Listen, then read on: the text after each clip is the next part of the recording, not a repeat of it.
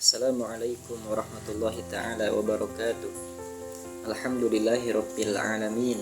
Wabihi nasta'inu ala umuri dunya waddin. Wassalatu wassalamu ala asrafil anbiya'i wal mursalin wa ala alihi wa ashabihi ajma'in, amma ba'd.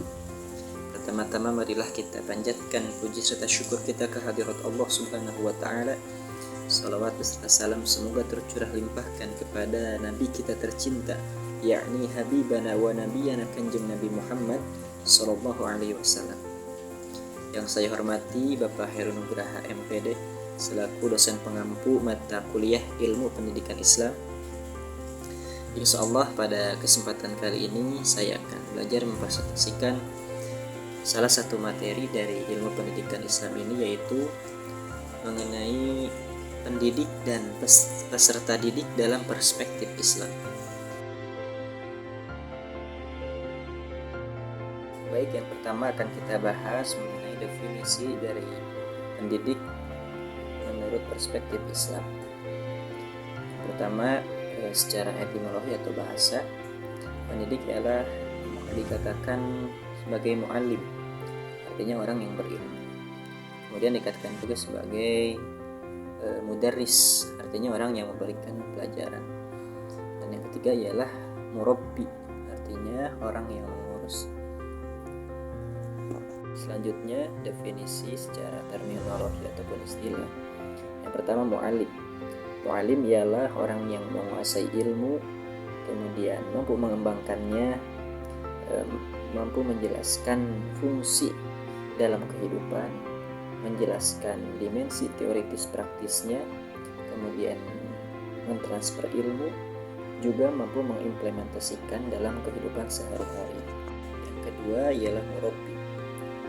Murabbi ialah orang yang mengurus, mendidik, dan menyiapkan peserta didik agar mampu berkreasi, kemudian mengatur dan memelihara hasil kreasinya agar tidak menimbulkan malapetaka bagi dirinya, masyarakat, dan alam sekitar. Yang ketiga, mudarris. Mudarris ialah orang yang mampu menyiapkan peserta didik untuk bertanggung jawab dalam membangun peradaban yang berkualitas di masa depan.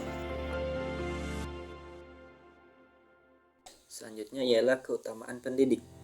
Seorang pendidik tentunya memiliki beberapa keutamaan, diantaranya yang pertama, akan ditinggikan derajatnya oleh Allah Subhanahu wa Ta'ala.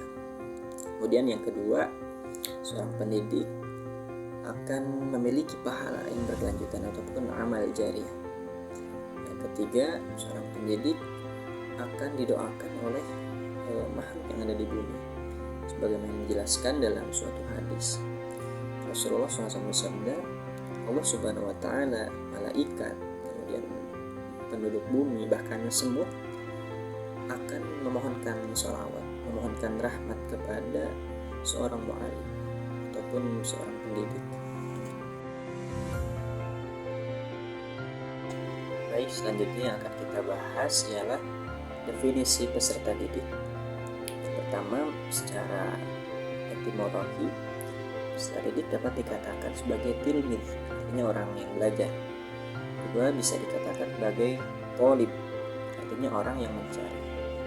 Adapun secara terminologi, peserta didik ialah orang yang belajar dan mencari ilmu pengetahuan untuk bekal hidupnya, baik di dunia maupun di akhirat kelak.